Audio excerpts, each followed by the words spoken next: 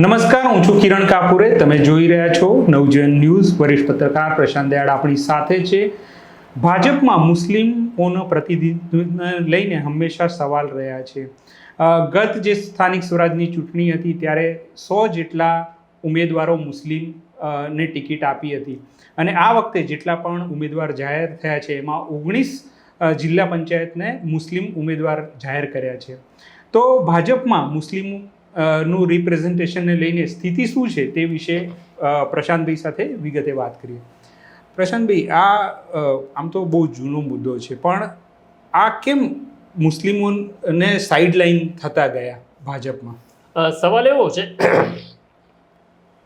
કે એક તબક્કો હતો ભારતીય જનતા પાર્ટીનું રૂપાંતરણ જ્યારે થાય છે એટલે જનસંઘમાંથી ભાજપની સ્થાપના થઈ ત્યાં સુધી મને એવું લાગે છે કે જે ભારતીય જનતા પાર્ટીના નેતાઓ હતા કે જનસંઘના નેતાઓ હતા એમનો વિચારધારા હિન્દુત્વની હોવા છતાં એમને મુસલમાન માટે તિરસ્કાર નહોતો. આ બહુ આશ્ચર્યની વાત છે. અત્યારે કોઈ સાંભળે કે ભાજપના નેતાઓને મુસલમાનનો તિરસ્કાર નહોતો તો એક દંતકથા જેવી વાત લાગે કે આવું કેવી રીતના હોય કે કોઈ મુસ્લિમ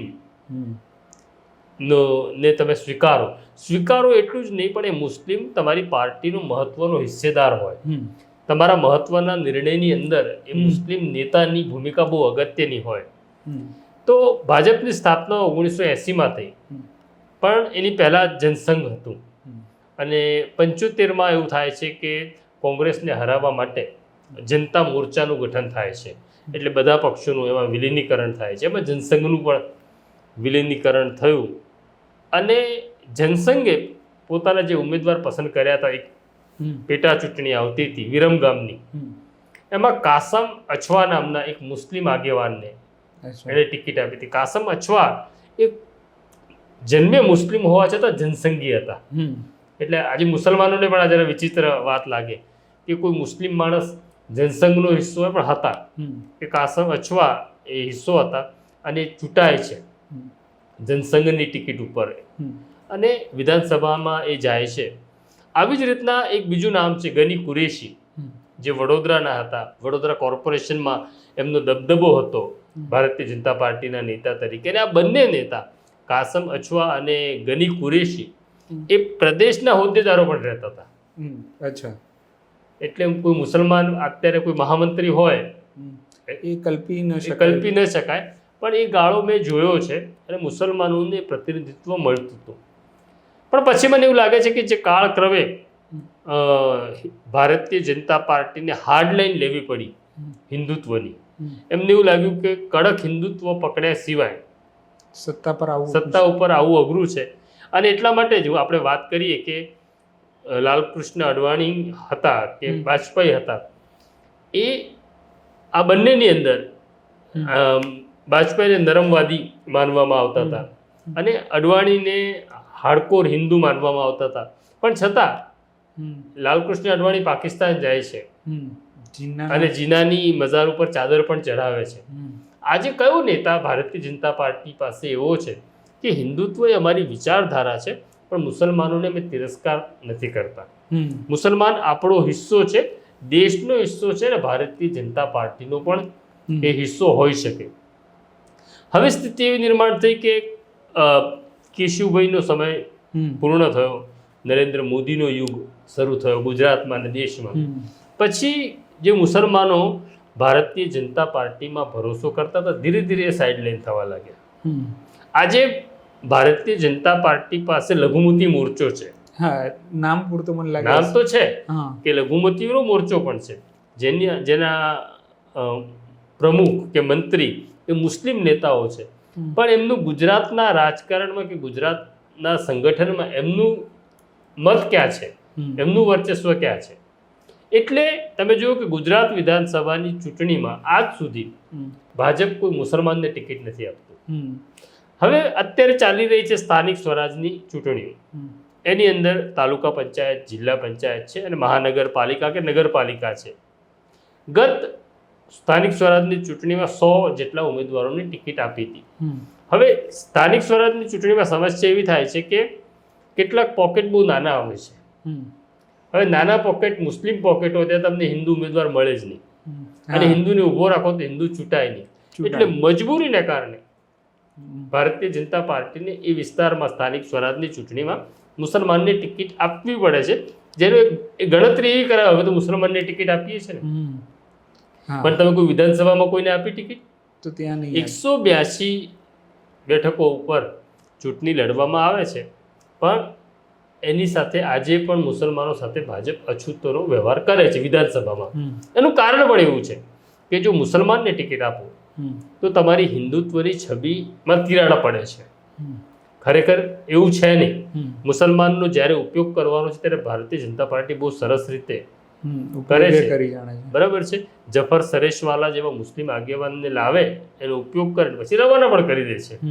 તો મુસલમાનને નજીક પણ લાવી શકતા નથી, મુસલમાનને દૂર પણ રાખી શકતા નથી. આમ મુસલમાન સાથે કાયમ આવું થતું રહ્યું છે. સમસ્યા એવી છે કે કોંગ્રેસ હોય કે ભારતીય જનતા પાર્ટી હોય, મુસલમાન એમના માટે માત્ર વોટર છે. વોટરથી વધુ કંઈ નથી. એ સત્તાનો હિસ્સો ન બની શકે. કોંગ્રેસને પણ કે મુસલમાન માટે પ્રેમ છે એવું નથી, પણ કોંગ્રેસની મજબૂરી એવી છે કે હવે એમની પાસે એમને એવું લાગે છે કે વોટ બેંક જઈ રહી છે, હવે મુસલમાન જ આપણી પાસે રહ્યા છે, એટલે એમને મુસલમાનને ટિકિટ આપવી પડે છે. અને હવે તો ઓવેસી પણ મેદાનમાં આવ્યા છે, એટલે જે મુસલમાન કોંગ્રેસથી નારાજ છે ને આપણી પાર્ટીમાં લઈ લો, તો મુસલમાનની સ્થિતિ ગુજરાતમાં બહુ સારી નથી. પણ મુખ્તાર અબ્બાસ નકવી કે પછી શાહનવાજ હુસેન એ બધા એક સમયે બીજેપીમાં જ્યારે પણ પ્રેસ કોન્ફરન્સ થાય ને ત્યારે એ ચહેરો હતા બીજેપીનો, બહુ એકદમ નોર્મલ લાગતું. હવે કયા ગાળામાં હતા એ પણ તું જરા યાદ કર. એ વાજપેયીનો ગાળો હતો. એટલે આમ બહુ વખત પહેલાની વાત છે. અટલ બિહારી વાજપેયી જ્યારે હતા કે પ્રમોદ મહાજન દિલ્હીમાં હતા અને એમનું વર્ચસ્વ હતું, ત્યારે તમે શાહનવાઝને કે મુખ્તાર અબ્બાસ નકવીને જોઈ શકતા હતા ભાજપના પ્રવક્તા તરીકે. આજે દેશમાં કોઈ પણ મુસ્લિમ નેતાને ભાજપ આવી જવાબદારી નથી આપતું. પણ આમાં તમે જેમ કીધું કે ભાઈ મુસ્લિમોનો ઉપયોગ તો એ લોકો કરી જાણે છે, એટલે ખુદ વડાપ્રધાન પસમંદા મુસ્લિમો જે પીડિત કે શોષિત મુસ્લિમો એની વાત બહુ જોરશોરથી કરે છે. નહીં, એટલે વાત કરવી અને વ્યવહારમાં મૂકવું બંનેમાં તો અંતર છે. અને મને પણ એવું લાગે છે કે જે મુસલમાનો અત્યારે ભારતીય જનતા પાર્ટી સાથે છે એ પરાણે છે, એ પરાણે છે. અને એવા લોકો છે, મેં બહુ ધ્યાનથી જોયું છે કે જે લોકો કોઈને કોઈ વેપાર સાથે સંકળાયેલા છે, એમને એવું લાગે છે કે ભાજપ સાથે નહીં રહીએ તો આપણા વેપારને પ્રત્યક્ષ કે પરોક્ષ રીતે આ લોકો કોઈ નુકસાન કરશે. એમને ફરજ પડી રહી છે. મુસલમાન ભાજપમાં કે બહુ રાજી નથી, કારણ કે એની ત્યાં સ્થિતિ જ સારી નથી, એટલે પરાણે સાથે રહેવું પડે છે મુસલમાનને. અને મુસલમાનને સાથે રહ્યા પછી પણ મળતું તો કંઈ નથી. માની લો કે અમદાવાદની જ વાત કરીએ તો અમદાવાદની અંદર તમે દરિયાપુર બેઠક છે કે જમાલપુર બેઠક છે, તો એ મુસ્લિમ ડોમિનેટિંગ બેઠક છે, તો ભાજપ કેમ ત્યાંથી કોઈ મુસલમાનને ટિકિટ ન આપે? ત્યાંથી આપે તો કદાચ સ્પર્ધા થઈ શકે. હા, સ્પર્ધા છે, જીતી જાય, જીતી પણ જાય. પણ એ ઊભા કોને રાખે છે? એ હિન્દુ ઉમેદવારને જ ઊભા રાખે છે. પણ આમાં જે સૌથી ટોપ પર છે એ વડાપ્રધાનને ગણી શકાય. તો એ વડાપ્રધાન જ્યારે મિડલ ઇસ્ટમાં જાય છે ત્યારે એ મસ્જિદમાં પણ જાય છે, પછી આમ પણ એમનો જે રવૈયો હોય છે કે અમે સમાવિષ્ટ કરીએ બધાને, એવી વાતો બી થાય છે. પણ 2014થી લઈને અત્યાર સુધી કોઈ મુસ્લિમ રિપ્રેઝન્ટેશન લોકસભામાં નથી. મને લાગે કે છેલ્લે મુખ્તાર અબ્બાસ નકવી પણ રાજ્યસભામાંથી ગયા પછી કોઈ મુસ્લિમ રિપ્રેઝન્ટેશન આટલા ઉપરના લેવલ પર નથી. એટલે પાર્ટી મોટી થતી ગઈ. બીજેપી આજે સૌથી મોટા સભ્ય સંખ્યા ધરાવતી પાર્ટી છે, પણ એમાં આ જે દેશના 15% લોકો છે એનું રિપ્રેઝન્ટેશન નથી દેખાતું. નહીં, એટલે જો એને સ્થાન આપે કિરણ, તો હિન્દુ મતદાર એમનાથી દૂર જશે બી બીક લાગે છે. મજાની વાત એવી છે કે અમદાવાદની એલિઝાબેથ વિધાનસભા બેઠક છે, ત્યાં આગળ એક પ્રશ્ન છે કે મુસલમાનો અશાંત ધારામાં મિલકત ખરીદી રહ્યા છે.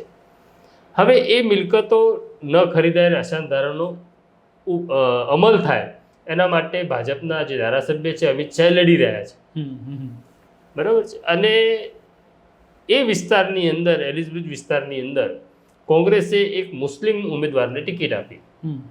તો આ મુદ્દે એમણે એક ટ્વીટ પણ કરી નાખ્યું અમિત શાહે, બીજું કે જુઓ મુસલમાનને ટિકિટ આપી કોંગ્રેસે, પણ બીજી બાજુ અત્યાર સુધી જે જાહેર થઈ છે એમાં 19 મુસલમાનોને પાર્ટી ટિકિટ આપી ચૂકી છે. તો આમ વિરોધાભાસ જોવા મળે છે. ભાજપને મુસલમાનોને સાથે રાખવા કે દૂર કરવા, પણ એ સિફતપૂર્વક આખી રમત થાય છે. મુસલમાનને આખરે કંઈ મળતું નથી એમને કોંગ્રેસ આપતી કંઈ, નથી ભાજપ કંઈ આપતું, અને છેલ્લે એ તો માત્ર એક વોટ બેંક બનીને રહી જાય છે. પણ મુસ્લિમોનો જે વિરોધ છે એ પણ આપણને નથી દેખાતો, એટલે મુસ્લિમો પણ ખુલીને નથી બોલતા. એટલે કદાચ યુસીસી વાળો જે મુદ્દો આવ્યો તો એ મુસ્લિમો પણ એ રીતે ન બોલ્યા નહીં. એટલે અત્યારે તો એવી સ્થિતિ નિર્માણ થઈ છે કે ગુજરાતના હોય કે દેશના મુસલમાનો હોય એક સ્વીકારી લીધું છે કે આ સરકાર છે તો એવા જ કાયદાઓનું બનાવશે અથવા એવા કાયદાઓનું અર્થઘટન કરશે જેનાથી તમે મુશ્કેલીમાં આવો અથવા તમને નથી ગમતું એવું. આખું યુસીસી કંઈ ખરાબ નથી. કેટલાક મુદ્દાઓ ખાલી મુસલમાનોને જ લાગુ પડે છે એવું પણ નથી. પણ આજે મુસ્લિમો પાસે એવી નેતાગીરી પણ નથી રહી, બરાબર છે, કે જે ધર્મથી પર રહીને વાત કરી શકે. એટલે એવા મુસ્લિમ નેતાઓ પણ રહ્યા નથી કે જે હિન્દુનો તિરસ્કાર ન કરે. આજે ઓવેસી જે ભાષામાં વાત કરે છે તો તમને બરાબર સમજાય કે એમને પણ હિન્દુ નથી ગમતો. તો આ પ્રકારની નેતાગીરી ન હોવી જોઈએ. જો ભાજપને મુસલમાન નથી ગમતા તો ઓવેસીએ પણ કે કોંગ્રેસના મુસલમાન નેતાઓએ પણ એવું દાખવવું જોઈએ કે એમને હિન્દુઓથી નફરત નથી, પણ એવું બંને તરફ નથી થઈ રહ્યું. પણ તમે જો કે હિન્દુત્વવાળી જે વાત છે એ તો એ સમય દરમિયાન બાબરી મસ્જિદ તૂટી તો એ વખતે અડવાણી વાજપેયી એ સૌથી ટોચના નેતા હતા, તેમ છતાં એમણે મુસ્લિમ રિપ્રેઝન્ટેશન રાખ્યું. પછી એ લોકો પાકિસ્તાન બી ગયા બસ લઈને. તો એ રીતે જોવા જઈએ તો પછી એ લોકોએ બંને વસ્તુ રાખી શકીએ. આ લોકોએ એવું નક્કી કરી નાખ્યું કે આપણે રાખવા જ નથી, આપણે કોઈ એવું ચિત્ર ઉપસાવાનું જ નથી કે જેમાં કન્ફ્યુઝ થાય, બસ નહીં એટલે નહીં. હા, એવી રીતે. અને બીજું આમાં એક સોશિયલ મીડિયાની શું ભૂમિકા આવે છે? આમાં કંઈ સીધું સોશિયલ મીડિયા નથી, પણ સોશિયલ મીડિયાથી હવે બધું જ વાત ખુલ્લી થઈ ગઈ છે. હવે સમય એવો થયો છે કે તમારા હાથમાં મોબાઈલ ફોન છે. 2010માં મને યાદ છે નરેન્દ્ર મોદીએ સદભાવના ઉપવાસ રાખ્યા હતા અમદાવાદના જીએમડીસી ના કન્વેન્શન હોલની અંદર. તો સદભાવના ઉપવાસમાં મુસલમાનો પણ આવતા હતા, એટલે ભલે ભાજપ પ્રેરિત હતા કે આવવું પડતું હતું, એ આવતા હતા. એમાંના એક કોઈ મૌલવી આવ્યા હતા, નામ મને યાદ નથી, તો એમણે એમની જે નમાઝી ટોપી હોય એ નરેન્દ્ર મોદીને પહેરાવવાનો પ્રયત્ન કર્યો તો એમણે તરત એ હાથ હટાવી દીધો. આ પિક્ચર બહુ જાણીતું છે. એટલે નરેન્દ્ર મોદીને પણ એવી બીક લાગે છે કે જો મને પેલી નમાઝી ટોપીમાં કોઈ જોઈ જાય તો મારો હિન્દુત્વનો કડક ચહેરો છે ભાગીને ભૂકો થઈ જાય. ઓકે. અને બીજી એક વસ્તુ કે બીજેપી છે ને એ ચૂંટણીની તૈયારી બહુ જોરશોરથી કરે છે, એનું મેનેજમેન્ટ બહુ માઇક્રો લેવલ પર કરે છે. તો એમને એવું પણ પહેલેથી નક્કી હોય કે ભાઈ આપણે નહીં મુસ્લિમોને ટિકિટ આપીશું તો નહીં જ જીતી શકીએ, એવું પણ હોઈ શકે? ના, એવું નથી. મેં આજે આ સ્ટોરી કરતા પહેલા ભારતીય જનતા પાર્ટીના કેટલાક નેતાઓ સાથે મિત્રતામાં વાત કરી અને એવું પૂછ્યું કે તમે વિધાનસભામાં કેમ મુસલમાનને ટિકિટ નથી આપતા? તો કે અમે પંચાયતમાં તો આપીએ છીએ ને. એ પહેલો જવાબ એવો હતો. પછી મેં પૂછ્યું નહીં, હું પૂછું છું વિધાનસભામાં કેમ નથી આપતા? તો એમણે એવું કીધું અમને એક લાયક ઉમેદવાર નથી મળતો. તો એવું કેવી રીતના થાય? એટલે લાયક ઉમેદવારની વાત કરી છે. ઓકે. તો આ હતી ચર્ચા પ્રશાંતભાઈ સાથેની મુસ્લિમ પ્રતિનિધિત્વ લઈને. બીજેપીમાં જે કંઈ થઈ રહ્યું છે અત્યારે તો સાવ સાઇડલાઇન છે મુસ્લિમો, પણ ભવિષ્યમાં આ સ્થિતિ સુધરે એવું તમને શું લાગે છે? સ્થિતિ સુધરે કે એવું કંઈક થાય એવું છે? ના, હવે એવું થયું છે કે બંને પક્ષી એટલી બધી કડવાશ રેડી દેવામાં આવી છે. કડવાશ વ્યક્તિગત હોય ને, મારી અને તારી કડવાશ હોય તો બરાબર છે, પણ રાજકીય કડવાશ જે ઉમેરી દેવામાં આવે અને આપણા મનમાં ખોફ નાખી દેવામાં આવે, મને મુસલમાનનો ડર લાગે અને મુસલમાનને મારો ડર લાગે, કેમ તો હું હિન્દુ છું માટે. એ ડર અને કડવાશ એટલી બધી ઊંડી ગઈ છે જેને કાઢવા માટે બહુ વર્ષો નીકળી જશે મને એવું લાગે છે. કારણ કે આજે એવું છે કે ડૉક્ટર હોય, વકીલ હોય, બરાબર છે, એ પણ એ ભાષામાં બોલતો થયો છે કે નહીં મુસલમાનને તો મારવા જ જોઈએ. પત્રકાર પણ આ ભાષામાં બોલતો થયો છે ખાનગીમાં કે ના ના મિયાઓને તો આ રીતે રાખવા જોઈએ. તો આ કડવાશ જે છે એ સારી નિશાની તો નથી. ઓકે. તો આ હતી ચર્ચા પ્રશાંતભાઈ સાથેની. અત્યારે મને અને પ્રશાંતભાઈને રજા આપશો. અમારી ચેનલને જરૂરથી સબસ્ક્રાઈબ કરો. નમસ્કાર. વૈષ્ણવજન તો તેને કહીએ જે પીડ પરા